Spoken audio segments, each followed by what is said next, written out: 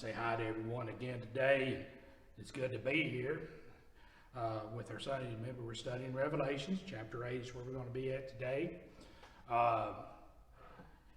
This has been this is where it's getting a little rough. It's going to be a lot of information we're going to be getting out from now on. So just want to let you know it's going to be great, and I think everybody's going to enjoy it while they view it. My main goal is to kind of help you understand, even though we as Christians at church today will not be here during this time. I think it's something that we can use if we need to, whether we're thinking about whatever may be the case, witnessing, whatever may be the case, to kind of help give us a push to try to get some of that stuff done. But anyway, let me go ahead and get started. Chapter 8. We're opening up the seventh seal in this one. This is the intro to the seven trumpets. The seven trumpets are the plagues, and with the last three, but that in our next chapter, when we start doing the next chapters, where we get into the woes. So, but with that being said, let's go ahead and let's read verse 1. And when he had opened the seventh seal, there was a silence in heaven about the space of half an hour. With that being said, I'm sure we all think about that sometimes. Where all of a sudden you got something going on, then everybody just gets real quiet. So this is kind of what's happening here. Says this is the lull in the judgment, the calm before the storm, if you will. This is God's final judgment is to resume. So everyone in heaven is waiting for the judgment to continue. Everyone is sealed, so it is beginning. What I mean by everyone is sealed, remember, we talked about last time how the Christian, the church, what was remaining had to be sealed, a remnant. This aspect of it is done. So we're getting on to the next part, and that's what that is going to be. Now, verse 2. And I saw the seven angels which stood before God. To them were given seven trumpets. These seven angels are different from any of the other groups of angels that may be out there. These angels were designed, I feel, for a specific service, which is the blowing of the seven trumpets. This is not like the seraphim. I mean, the seraphim are there for their reason. Others are there for their reason. But I really do think that these angels are there just for the fact that they were the ones that God had set aside to sound the seven trumpets. That's the way I feel about it. Now, this may not have a particular meaning to you and me, but it has a big meaning to of course Israel. So that's very important, and they are. This is something that a lot of them will have to go through, as well as several others. But verse 3, let's read that. And another angel came and stood at the altar, having a golden censer. There was given unto him much incense, that he should offer it with the prayers of all saints upon the golden altar, which was before the throne. Verse 3. Let's talk about, this is not talking about Christ. Christ, as y'all know, he was the intercessor for the church. That aspect of history for the church is over. He has been given the book of seals. So he is responsible for everything else in heaven from that point on. This is another angel. As y'all know, some of you may not know exactly what a censer is. It's a container that is used to burn incense. It's still used today in a lot of different religious practices, mostly in the Greek and Hebrew areas. The Orthodox Jews and so forth, they use it.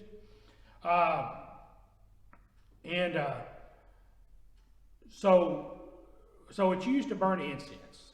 If y'all have ever seen it, it looks like just a gold bowl or gold circle. Some of them are shaped like a triangle. Some of them are shaped like a rectangle. Some of them are shaped like a square. And you can see smoke coming out of them. That's what this is. It's a censer, and he's holding it in his hands. Verse 4. The smoke of the incense which came with the prayers of the saints ascended up before God out of the angel's hands. All right, so the prayers, what this is telling you is the prayers of the saints that had been put into this censer. And the smoke, when the smoke is rolling out of the censer, as you burn the incense, that represents the prayers of the saints. All these prayers that are coming up out of the censer, with that smoke, these are all prayers that have been answered, are going to be answered. We talked about earlier, about the saints, how they were saying prayers, okay, how they were praying that God would give them revenge. We'll get into that a little bit later, but that's kind of what this is. And it's not just, may not be so much the earthly prayers. It could even be the prayers of the remnant that still may be left at this point. I don't know. It's hard to say. Nothing really specifies exactly what that is. The altar of incense, as y'all know, is the golden altar. That's part of the tabernacle. I mean, that's where that has been part of that particular style of worship for a very long time, since the beginning of time, since God established the church. So that's kind of where we're at right now. That's what the altar would have represented. All right, verse 5. It says, an angel took the censer and filled it with fire of the altar and cast it into the earth. There were voices and thunderings and lightnings and an earthquake. Verse 5. Just think about, I mentioned the tabernacle just a moment ago. Think about that for just a minute. When you think about the tabernacle during the Old Testament, the high priest would always, when we go into the Holy of Holies, take the blood of the sacrifice to the Holy of Holies. He would have a censer with him. Again, that was the incense that was burning inside this, which symbolized, which was the prayers. And so he would have this with him. And so when he would go into, it's part of the worship. It's part of that particular tradition during this time. This is symbolic of that particular thing, but it's a little bit different this time. It's reversed. Remember I said that it was hurled upon the earth. So beforehand in the old tabernacle, they would stay with the priest. When he would take the blood into the Holy of Holies, it would stay with the priest. What this is representing at this point in time is the prayers have ascended. Jesus has answered them. And now the prayers are coming down to earth. It's being hurled to the earth is what that's saying. All right. So no one had the answers coming. No, now the prayer answers are coming down. The tribulation saints have prayed for God, oh God, to avenge us, which we talked about just a little bit ago. That's kind of where this is happening. People who rejected Christ for the judgment of their sins have to bear it now. The Great Tribulation is beginning. Okay? The thunder denotes the approach of the storm of God's judgment. The voices that it talked about was God giving direction. This is not a natural occurrence. This is God. From my understanding, the way I feel about it, this is God saying it's time. So that's what these voices are. And anytime you have thunder, you're going to have lightning. We know what that is. the sound of thunder when the clouds meet and they join. That friction, I guess, is a good way to put it. That's what causes lightning to come down. The earthquake that it was talking about is how the earth responds to the severe pressure which is placed upon it during the judgment of the Great Tribulation. So this earthquake represents the turmoil, represents the agitation, so many different things that the earth is going to be going through during the Great Tribulation. So that's what that would represent. Verse 6. And the seven angels which had the seven trumpets prepared themselves to sound. All right, the angels prepared to sound the trumpets. It's over. The prayers of saints have been heard. God has issued the order to blow the trumpets.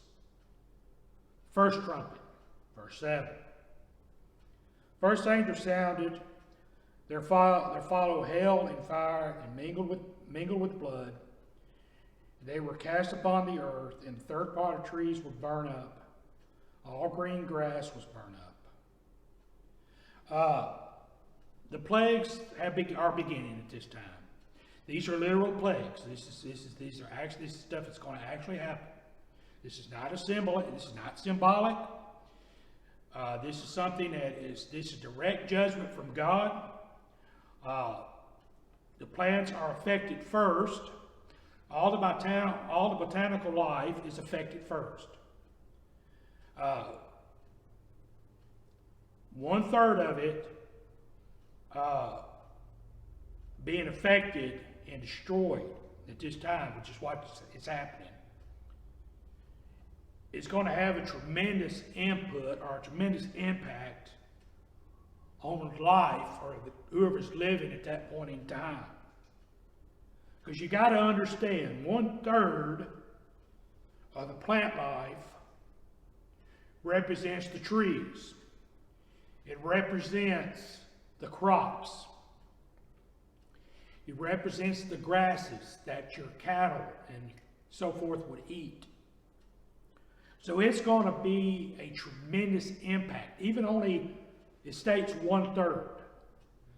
It's going to be so tremendous. You think you lose 1/3 of your food, basically, is what's happening here. These crops are destroyed. The animals will eventually die. The atmosphere is going to change because you've got you got 1/3 of all the trees and all of this that is going to be destroyed. All of that affects our daily lives. This is what's happening here. It said fire was used. The flood was used first. Remember that? To purify sins. Back in Noah's day, God promised that he would never use floods again to purify or destroy the earth. So he is using fire this case. Fire purifies. You know, if you try to make pottery, fire, you have to put that pottery, that clay, once that's finished, has to go into a furnace to where it's fired. And what that does is that purifies the clay, that purifies the stuff that is put into the clay, the oils that are in the hands of the people that make it, so forth and so on, that gives those clay pots and those things that particular color. This is what is happening here. Fire is used to purify. Also, you got to think about the cattle. I said the forest partially destroyed. Plant life is going to be partially destroyed. The prairies are going to be partially destroyed. So that's going to affect the wildlife. People may, like in our country, we hunt a lot of deer, especially in this area, so forth and so on. It's going to affect all of that. It's going to make it more difficult to survive. It's basically what it's talking about. Think about it for a minute. The similarities of these plagues with the trumpet judgments is very similar to the plagues that afflicted Egypt. You look at Exodus 9:25 to start with on that. It's very effective. It's very similar to that. You also need to understand that the plants, when the land was created, the plants were the first things created. They had to be, because the plants is what sustained the wildlife that God was going to put on the earth. The plants is what sustained man that God was going to put on the earth. This is all part of it. So they're very similar. The second trumpet, verses 8 and 9. Let's read them right quick. And the second angel sounded, and as it were, a great mountain burning with fire was cast into the sea, and a third part of the sea became blood. And a third part of the creatures which were in the sea and had life died. The third part of the ships were destroyed. All right, so this is your second trumpet. As y'all know, the sea occupies the majority of our earth.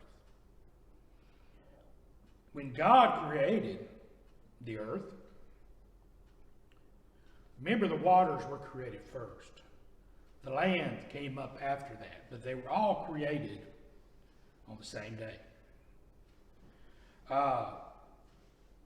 So, if you look at it, if you want to reference that, that's fine. Go to Genesis 1, verses 9 and 10. That'll tell you how that is. As it were, it says, as it were, a great mountain burning with fire was cast into the sea. I do not necessarily think that it means a great mountain, although it could. I'm not saying it is not. But whatever it is, it's going to be very large. It's going to be something that is going to be devastating to the oceans.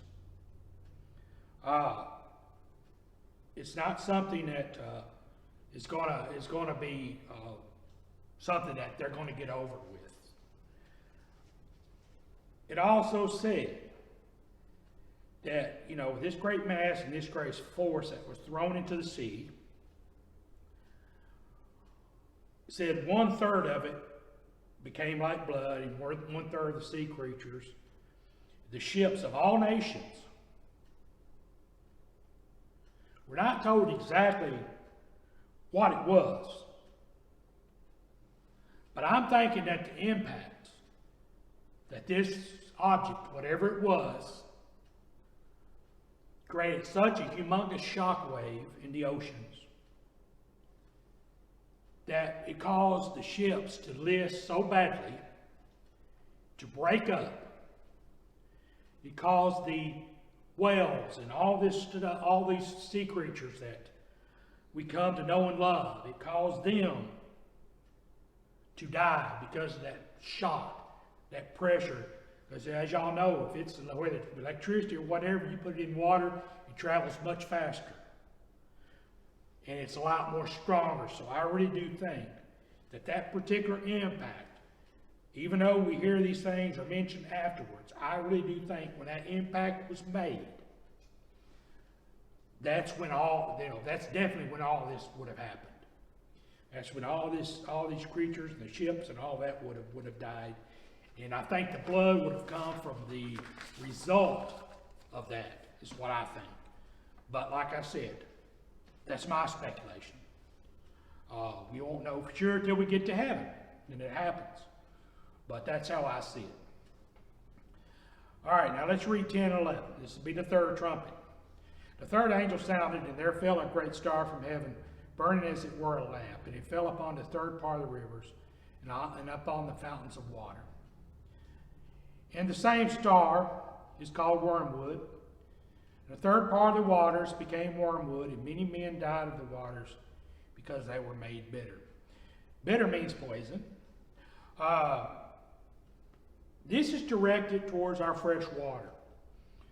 Our fresh water, as far as creation, even though it would have been created around the same time, the land mass would have had to be created first.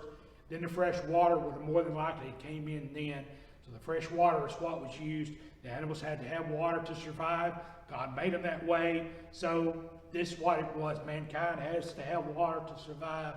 So this is what this was. It was our drinking water. It was the water that we used on our rivers, on our lakes. All these wonderful, fresh, clean waters that we go and we fish in. We do this and we do that in. That's what this is talking about. But you know, man has got a pretty good head start on some of this, though. You know, there's a lot of pollution goes on today, as we all know. We see it on a daily basis. You know, and right now, it's, you know, people are trying to get all this cleaned up. I mean, it's happening, but I mean, it's something that we have to do. But the water's still okay to drink at this point in time. We're doing good. We're okay. Now, when this happens, that's all going to change. Because a star is going to fall. The star is called wormwood. It is used metaphorically in the Old Testament. This is more than likely a meteor. I'm not sure, but it's more than likely a meteor that is containing, because meteors, as y'all know, they come from space. So meteors are they're going to have contaminants in them. They're going to be made up of stuff that's poisonous to human beings, poisonous to animals. It's all inside, inside that meteor. And when that meteor crashes into the earth, that stuff can be released. So it's used, a star, it's called wormwood. Like I said, it's metaphoric. I really do think it probably represents a meteor of some kind. Because if you ever see a meteor shower, there's always light, there's always a tail that follows it. This is probably what would have been seen, I would say, by John during this time. And I really do think that's why it got recorded like that. But these meteors would be containing poison, other contaminants, which is normal. Like I said, it's the way it's made up. But for us, for our fresh water, for our lives, it's not a good thing. Says 1/3 of the fresh water is going to be contaminated. In other words, 1/3 of all the fresh water on this earth is going to be contaminated by this meteor, or whatever it may be. This thing is going to be devastating. That means it's going to be hard for us to get the water we need to survive. It's going to be hard for us to catch fish that we may want to eat that may not have got destroyed in the last trumpet. We don't really know. Like I said, we're all going to be out of here by then. But the name wormwood represents God's judgment upon man for their idolatry and their injustice. That's what I feel that would more than likely represent. The fourth trumpet. All right, that's what we're going to do next. So we're going to read verse 12. The fourth angel sounding, the third part of the sun was smitten, the third part of the moon, the third part of the stars, so as the third part of them was darkened. The day shone not, for the third part of it, and the night likewise. So it's going to be a lot of darkness. Our days are going to be a whole lot shorter at this time. The sun that we, as part of creation, God's destroying creation right now. He's been destroying it through all these trumpets. He's destroying it to a point. Doing it step by step. He's very methodical about it. It's step by step. It's what's going on. It says the sun that we are dependent on for our life, in our life. You know, the sun is very important for our daily lives. It's very important for our life. It's very important for the foods we eat, the water we drink. You know, people say, well, how does the sun affect that? Well, you know, fresh water, you know, is dropped from the sky, correct? And that's how it's going to represent it. And you to get it, 1/3 of the sun is gone. That means you're going to get 1/3 less of what the world needs at that time. And you know, it says, depending on, and we're spending for a light at a lesser degree, the moon and the stars. That's at nighttime. You know, that's all part of it. And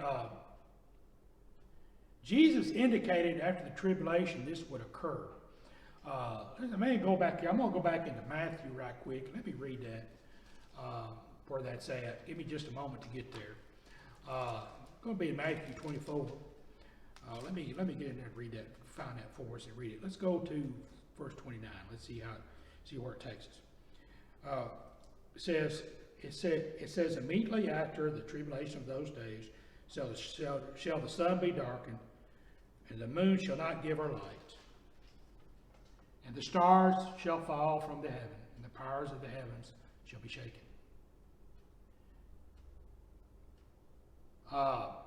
So that's what verse 29. You can go ahead and read 30 and 31. That kind of goes with it. But that was the one I really wanted to cover. So, you know, Jesus predicted this is probably going to happen. He's the one that said it. Jesus already knew that it was going to occur.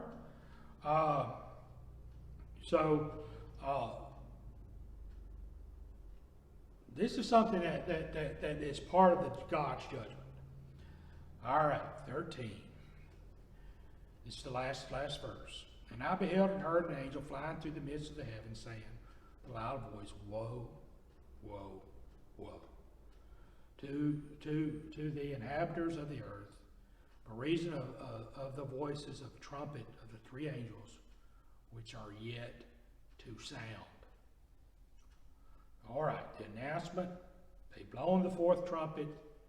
The announcement has been made. You say, as you read the verse, we see the words, woe, woe. The last three trumpets that we will cover are the woes. That's what that means. It also warns us. It says the trumpets of three angels, which are yet to sound.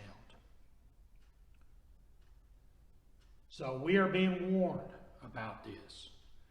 This is something that all these trumpets that we have mentioned so far, they've all been terrible. But these next trumpets, the last three, are the ones that have been, to me, been set aside that we really need to be afraid of, as far as those that may be remaining on this earth at this time.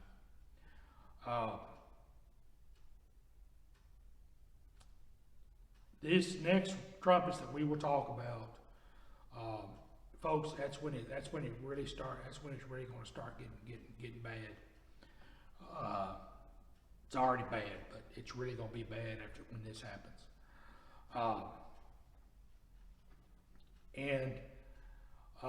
I'll be honest with you folks, I am so glad that the church is going to be out of here at this time, because honestly, I don't think it's going to be very difficult for people to survive this. I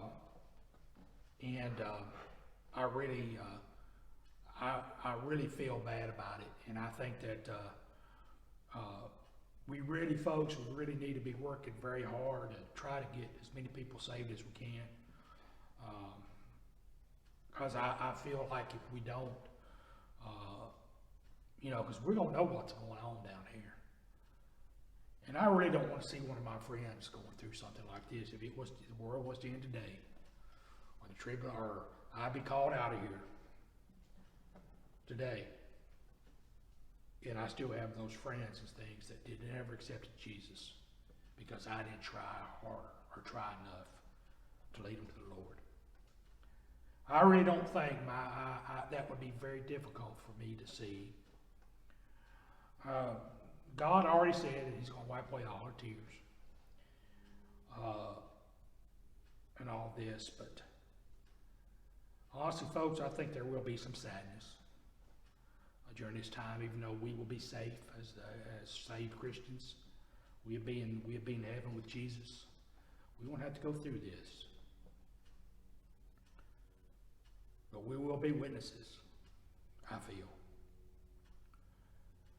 You know, that's why Revelations is important. Yeah, it's hypothetical. Yes, it's events that have not yet occurred. I mean, it's stuff that some Christians may not look at as important to us. But you know, I have to say it is important to us.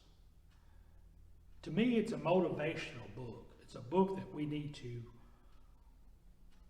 really, really take seriously.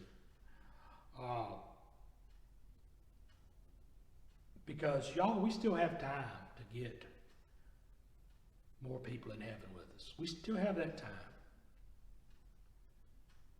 This kind of tells us that there's going to come a point that it's going to end, and we're not going to be able to do anything about it then. I really feel that God wants us to keep working. You know, we was talking about the churches, several weeks ago. You know, we was talking about some aspects God was very proud of the things they were doing. Some aspects He wasn't. Just like the churches today, I believe there's some aspects that God is extremely proud of, but I also think there's probably aspects that He's not. Probably because we don't try as hard as we should in some instances. So let's just keep all this stuff in mind. And remember that me and Miss Donna love you all. And we hope to see you all very soon. God bless. See you next time.